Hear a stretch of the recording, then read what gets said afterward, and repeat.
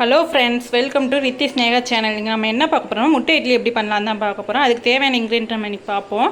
இது 2 தக்காளி, 2 பெரிய வெங்காயம், அப்புறம் 1 ஸ்பூன் மிளகாய் பொடி, 1 ஸ்பூன் கறி மசாலா பொடி, 1 ஸ்பூன் கரம் மசாலா, அப்புறம் 6 இட்லியை ஊற்றி வச்சுருக்கேன், அப்புறம் 2 முட்டை, இது கூட கொஞ்சம் சால்ட்டு. வாங்க எப்படி பண்ணலான்னு பார்க்கலாம்.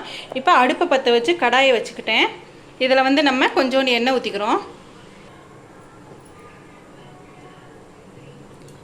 கொஞ்சம் அதிகமாகவே எண்ணெய் ஊற்றிக்கோங்க, ஏன்னா அப்போ தான் நம்மளுக்கு எல்லாம் வதங்கி வர கரெக்டாக இருக்கும். இப்போ அது கூட கொஞ்சோண்டு கடுகு, 1 ஸ்பூன் அளவு கடுகு போட்டுக்கோங்க. கடுகு நல்லா பொரியட்டும். இப்போ அது கூட நம்ம நறுக்கி வச்சுருக்க 2 வெங்காயத்தை போட்டுக்கிறோம்.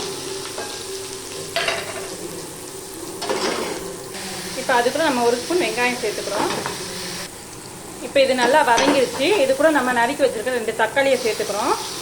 இதை ஒரு கிளறிக்குவோம்.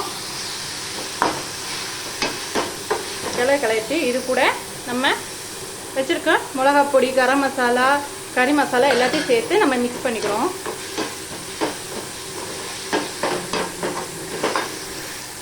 இப்போ அது கூட நம்ம ஊற்றி வச்சுருக்க இட்லியும் சேர்த்துக்கிறோம்.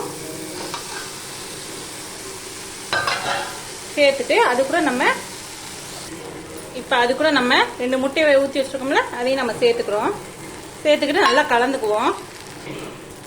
இப்போ சுவையான முட்டை இட்லி தயார். நீங்களும் இதை வீட்டில் ட்ரை பண்ணி பாருங்கள். நல்லா இருக்கா நல்லா இல்லையான்னு கமெண்ட்டில் சொல்லுங்கள். மறக்காமல் ரித்தி ஸ்னேகா சேனலுக்கு சப்ஸ்கிரைப் பண்ணி லைக் பண்ணிடுங்க. தேங்க்யூ.